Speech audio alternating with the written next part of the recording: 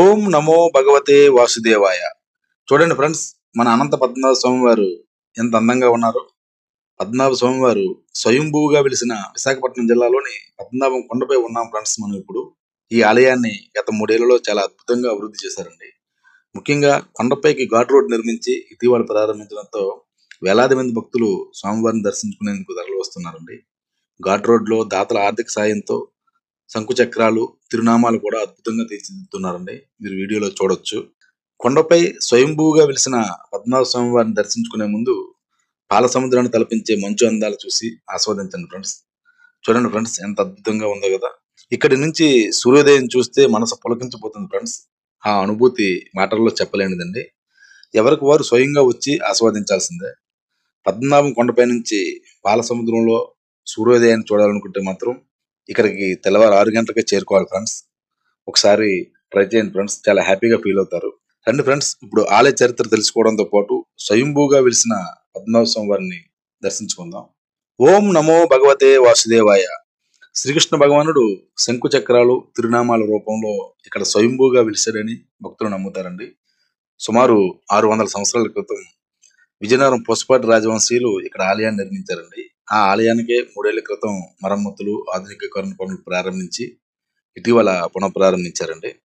ప్రస్తుతం అందరూ సంతోషించే అంశం రోడ్డు నిర్మాణం అండి.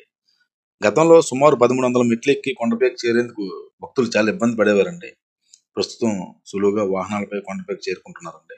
చూడండి ఫ్రెండ్స్, స్వయంభూగా వెలిసిన అనంత పద్మనాభ స్వామి వారిని స్వామివారు శంకు చక్రాలు, తిరునామాలతో భక్తులకు దర్శనం ఇస్తున్నారండి. స్వామివారి ఆశీస్సులు అందరికీ లభించాలని మనసారా కోరుకుంటున్నానండి. త్వరలో కార్తీక దీపోత్సవం కోసం ఇక్కడ ప్రత్యేక ఏర్పాట్లు చేస్తున్నారండి. నవంబర్ 19 నిర్వహించే దీపారాధనకు వేలాది మంది భక్తులు ఇక్కడికి తరలి వస్తారు.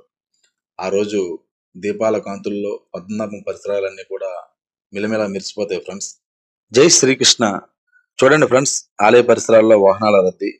గతంలో సుమారు 1300 మెట్లెక్కి కొండపైకి రావడం కష్టంగా ఉండడంతో చాలా తక్కువ మంది మాత్రం వచ్చేవారండి.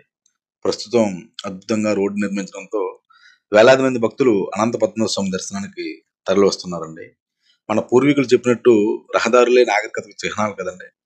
ఒక ప్రాంతం అభివృద్ధిలో రోడ్లు చాలా కీలక పాత్ర పోషిస్తాయండి. అందుకు ప్రత్యక్ష ఉదాహరణే మన పద్మనాభ స్వామి వారి ఆలయం అండి. ఇప్పుడు చూడండి, ఇక్కడికి కొన్ని వేల మంది భక్తులు తరలి వస్తున్నారు. చూస్తూ ఉండండి, కొద్ది రోజుల్లోనే ఇక్కడికి లక్షలాది మంది భక్తులు తరలి వస్తారండి. ఈ ప్రాంతం మరింతగా అభివృద్ధి చెందాలని మనసారా కోరుకుంటున్నామండి. ఓం నమో భగవతే వాసుదేవాయ.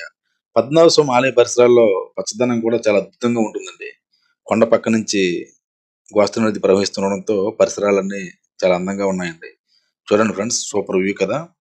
ఓకే ఫ్రెండ్స్, ఇంకెందుకు ఆలస్యం, విశాఖపట్నానికి 40 కిలోమీటర్లు, విజయనగరానికి 20 కిలోమీటర్ల దూరంలోనే ఉన్న అద్భుతమైన అనంత పద్మనాభ స్వామి ఆలయానికి మీరంతా తరలిరండి ఫ్రెండ్స్.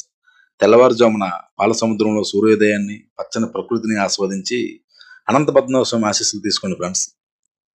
రోడ్డు విశాలంగా ఉంది కదా, కొత్తగా నిర్మించారని దూసుకురాకండి ఫ్రెండ్స్.